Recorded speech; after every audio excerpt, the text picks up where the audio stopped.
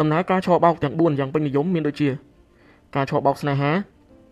ការឆបោកឱកាសការងារការឆបោកប្រាក់កម្ចីនិងការឆបោកពាណិជ្ជកម្មនិងវិនិយោគស្វាគមន៍មកកាន់ The Mask ថ្ងៃនេះខ្ញុំនឹងបង្ហាញពីអ្វីដែលមាននៅក្នុងដំណើរការឆបោកតាមរយៈប្រព័ន្ធអនឡាញខ្ញុំមានប្រធានបទ3គឺ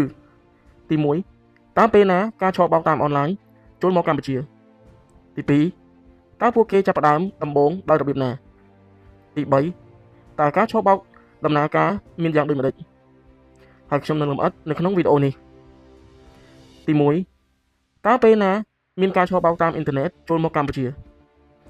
ការឆបោកតាមអ៊ីនធឺណិតមានចាប់ផ្ដើមបង្កើតបណ្ដាញយ៉ាងច្បាស់នៅក្នុង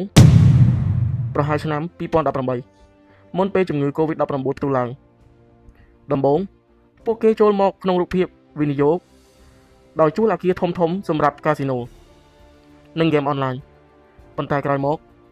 ក្រុមខ្លះបានបំលែងសកម្មភាពទៅជាការឆបោកតាមរយៈប្រព័ន្ធអនឡាញពេលកូវីដកើតឡើងការប្រើប្រាស់អ៊ីនធឺណិតកើនឡើងយ៉ាងខ្លាំងដែលធ្វើឲ្យការឆបោកកាន់តែពង្រីកយ៉ាងឆាប់រហ័សទី2ពួកគេចាប់ផ្ដើមដំបូងដោយរបៀបណាក្រុមជនជាតិចិនមួយក្រុមខ្លះបានចាកចេញពីស្រុកកំណើតដើម្បីបង្កើតបណ្ដាញអាជីវកម្មអនឡាញក្រៅប្រទេសមានដូចជាភូមាថៃនិងកម្ពុជាដំណើរការដំបូងរួមមានសិក្សាវិធីបោកប្រាស់តាមជំនាញបច្ចេកវិទ្យាប្រើចិត្តវិទ្យាដើម្បីបញ្ឆោតនិងបង្កើតទំនុកចិត្តបង្កើតការងារជាក្រុមតាមផ្នែកជ្រើសរើសនិងបង្ខំឲ្យជនជាតិក្នុងតំបន់ធ្វើការឲ្យពួកគេពង្រីកបណ្ដាញតាមរយៈការជួលអគារនិងបង្កើតក្រុមហ៊ុននេះមិនមែនជាការឆបោកតែម្នាក់ឯងទេប៉ុន្តែជាប្រព័ន្ធរៀបចំជាក្រុមមានការគ្រប់គ្រងនិងផែនការច្បាស់លាស់ទី3តើការឆបោកដំណើរការយ៉ាងដូចម្តេចទី1តូចការឆបោកស្នេហាបង្កើតគណនីคล้ายៗចាប់ផ្ដើមសន្ទនាបង្កើតអារម្មណ៍ស្និទ្ធស្នាល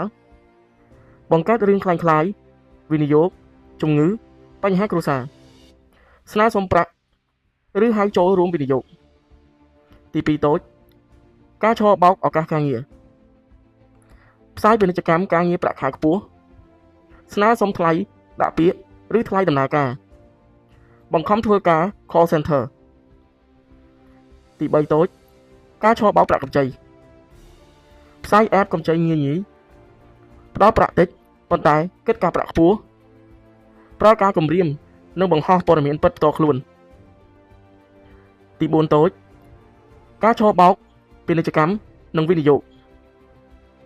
បង្ហាញផលចំណេញខ្ពស់ក្នុងរយៈពេលខ្លីបង្ហាញ screenshot คล้ายៗឲ្យដកប្រាក់ដំបូងបានដើម្បីបង្កើតទំនុកចិត្ត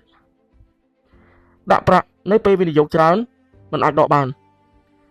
សារៈសំខាន់ទាំងអស់ត្រូវដឹងគឺការឆបោកអនឡាញមិនមែនជារឿងឆ្ងាយទៀតទេវាជាប្រព័ន្ធដែលប្រើបច្ចេកវិទ្យាចិត្តវិទ្យាបណ្ដាញអន្តរជាតិការពារខ្លួនអ្នកដោយកុំជឿអ្វីងាយៗកុំផ្ញើប្រាក់ទៅតាមមនុស្សដែលមិនស្គាល់ពិនិត្យព័ត៌មាន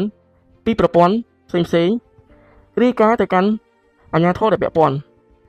ពីខ្ញុំ Damas ជួបគ្នានៅវីដេអូក្រោយ